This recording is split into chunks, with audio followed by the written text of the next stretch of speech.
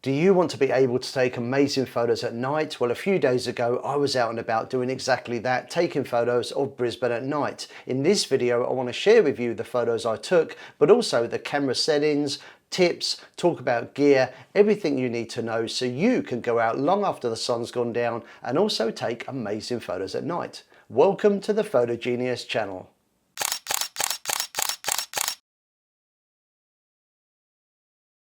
Hi, Paul here from Photogenius. Welcome to my channel where I like to post regular photography tutorials. I share tips and tricks to help you get more from your digital camera, so if you are new to the channel, please consider subscribing.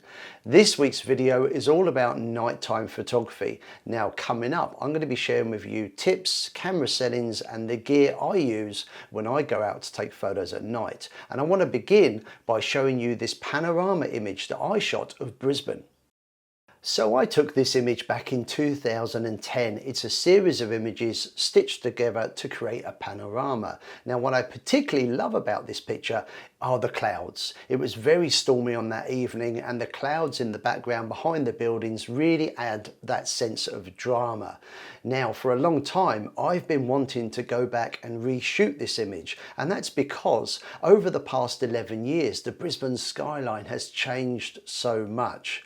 Now if you're a regular viewer on this channel, I know I've made videos about nighttime photography already, but I thought it was time to revisit this one simply because there's a very special ingredient that can really make or break your photos, and that's coming up. But before that, let's talk about gear and camera settings. Now when it comes to gear, you're going to need a camera that has manual functions. So a bridge camera, mirrorless camera or DSLR camera will be ideal. You're also going to need something to keep the camera steady, and a tripod is a must-have bit of kit if you're going to take photos in low light or do nighttime photography. I've listed some recommendations in the description below this video. Now if you've got a cable release or a remote for your camera, that also is a bonus, but there is a way around this if you haven't got one. More on that coming up. Now when it comes to camera settings, there are a few different options available. The manual mode is great if you're feeling more confident with your camera. It's the mode that I use most of the time, and I'm also going to be featuring mostly in this particular video. But of course, if you're feeling less confident with your camera, and certainly if you're a beginner, manual may not be for you just yet. So what I want to talk about now is a mode called aperture priority. Now this is A or AV on the camera dial, and let me show you how it works. With aperture priority, you control the aperture and the camera looks after the shutter speed, which means you have one less thing to worry about. Now if you're a beginner, then for landscapes, I recommend setting the aperture to f11, ISO keep it low, and 200 is ideal. The camera will then find a shutter speed that will give you a balanced exposure. If you're taking photos in good light, you'll find the shutter speed will be fast. If taking photos in low light and at night time, the shutter speed will be slower. And of course, don't forget a tripod. Now when shooting in the manual mode, there's a bit more work involved because unlike aperture priority where the camera's looking after the shutter speed, in the manual mode you are controlling the shutter speed, the aperture and the ISO. And these three things are often known as the exposure triangle.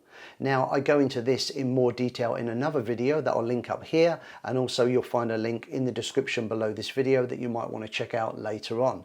But for those of you who do want to take night photos in the manual mode, how about a very quick refresher? Now with the camera in the manual mode, you are in control of three things: the shutter speed, aperture and ISO. Let's start with the aperture. Again, for landscape photography, let's set the aperture to f11. Now ISO. ISO keep it low is the general rule, and I recommend an ISO of 200. So once that's locked in, all we've got to do now is adjust the shutter speed. But first we wake up the light meter by pressing the shutter button on the camera halfway down. A marker will appear indicating whether a picture will be bright or dark. Now ideally we want the marker to be under the 0, so at the moment we're looking at an overexposure. Now to adjust this, we simply adjust the shutter speed. Dialing to the right will increase the shutter speed, and if you keep your eye on the marker, it will start to move towards the 0. Once it's at the 0, you have the correct shutter speed and you're ready to shoot. Now, coming up in a few moments, I want to talk about a very special something that can really make a difference to our nighttime photos. Plus, I want to share with you some of the images that I shot myself here in Brisbane just a few nights ago. Now, before we get onto those, let me tell you about a very special offer from Skillshare, who have kindly sponsored this video. I've always been a very creative person, and I've always enjoyed arts and creative outlets, be that music, photography, creating videos for YouTube, or working on the photogenius website. And because I believe you never stop learning, I'm always keen for new ideas and inspiration. So for me, Skillshare is the ideal platform. An online learning community with thousands of inspirational classes, Skillshare includes topics such as graphic design, illustration, music, photography, web design, and much, much more with no ads. I've been checking out YouTube tips from MKBHD, and you can too, because for viewers and subscribers to this channel, Skillshare have a very special offer. The first 1,000 people who use the link in the video description will get 1 month's free trial of Skillshare. So make sure you don't miss out. All you need to do is click on the link below this video and join me and thousands of others to improve your creative skills with Skillshare. A big thank you to Skillshare for supporting the photogenius channel and sponsoring this video. Okay, as promised, I want to talk about that special ingredient that can really make a difference to your photography. Now, this very special ingredient isn't gear related or technique related, it's actually time. Allow me to explain.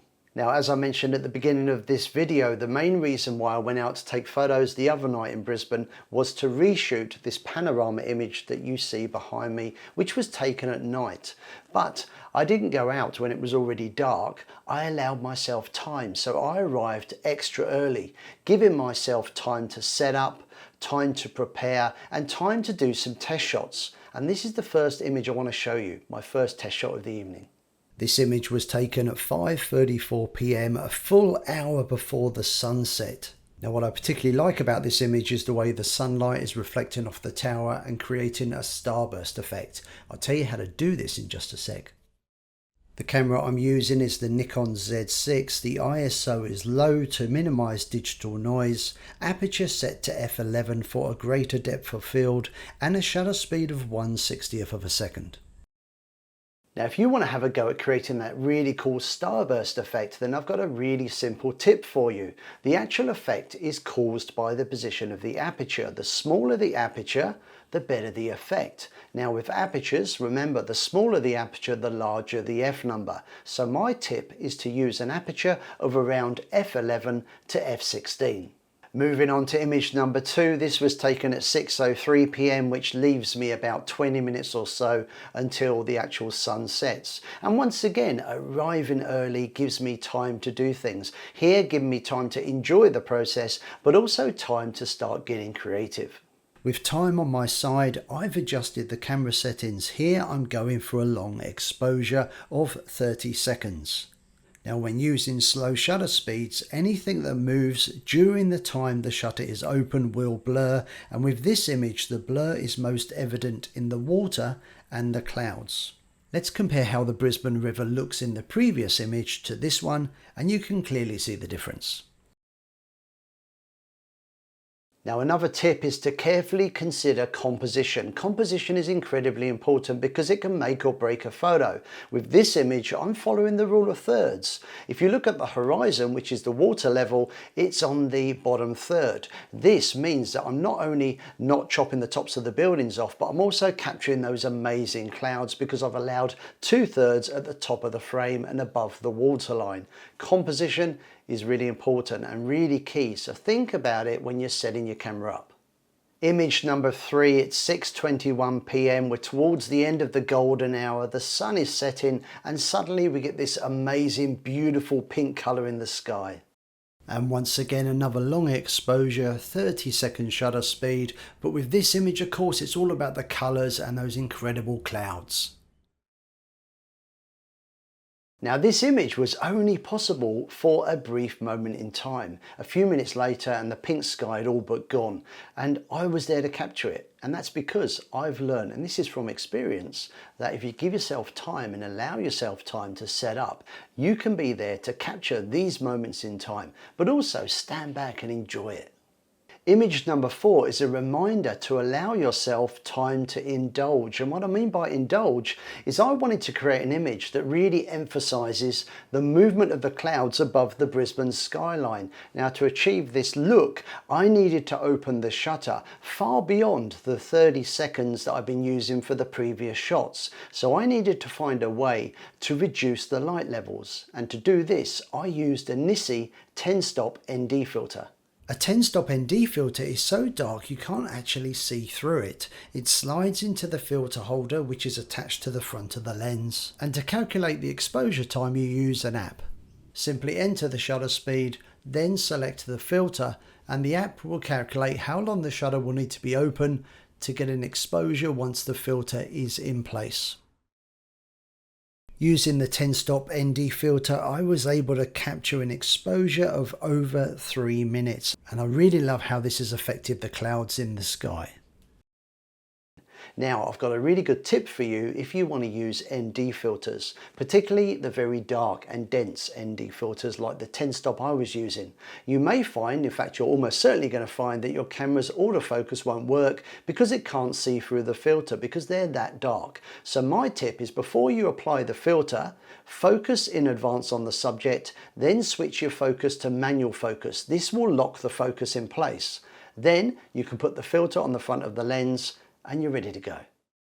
Image number 5. The sun has long set and it's over an hour and a half since I first arrived and started taking photos. Of course, it's now too dark to use the ND filter. This image is a 30-second exposure. So finally it was dark enough to have a go at reshooting the Brisbane panorama that you see on the monitor behind me. Now, all the images that I've shown you so far in the video were taken with my Nikon Z6, which is a mirrorless camera, but the image behind me was shot 11 years ago on a DSLR camera. It's a Nikon D300. Now, what I thought would be fun would be to dust off the original camera that doesn't get used much these days and reshoot this Brisbane panorama using the same camera. To capture my panorama, I took 5 individual vertical images, then using Lightroom the images are stitched together to form a single panorama image of Brisbane at night. Now, just because I could, but also because I allowed myself time, I thought it'd be fun to shoot a second panorama using my Nikon Z6. Now, there's 11 years between the Nikon D300 coming out and the Nikon Z6 being released. And that's a long time in terms of camera technology. So from exactly the same spot, using the same focal length and almost identical camera settings, I took a second panorama. And I'd love to know your thoughts. Which one do you like the best? Maybe you can leave a comment below. In fact, tell me, which image do you like the best that I featured in this week's video and why? Now, I'd like to say hi and give a special shout out to a couple of people. Firstly, Jennifer from Brisbane at Night, who joined me on the evening to take some photos, but also Troy and his mate who stopped just to say hello. Both Jennifer and Troy have really good Instagram accounts where they take pictures around Brisbane, mostly at night, and I definitely recommend checking them out. I'll put links in the description below this video. So I had a really good evening taking photos in Brisbane, but before I wrap up this video, I wanted to share with you just one more photo, and that's the one behind me. This is taken at a place called Wilson Outlook, looking over Howard Smith Wharf at the Story Bridge, which is a bit of a Brisbane icon. The conditions were close to perfect. This was shot with the Nikon Z6, 30-second exposure, aperture f11, ISO 160. So this is the image straight out of the camera, and this is my edit using Lightroom, mostly enhancing the shadows and contrast. So I really hope you've enjoyed this video and it inspires you to get out and do some low light or nighttime photography. If you did enjoy the video, then it really helps if you give it a thumbs up, because it helps the videos get noticed, which in turn helps the channel to grow. Consider subscribing if you're not already subscribed. New videos coming every single week. And of course, if you want to support me and the Photogenius channel, you can also now pick up t-shirts. There's a link in the description below. Thanks for watching. Hope to see you again sometime soon. See ya. Bye.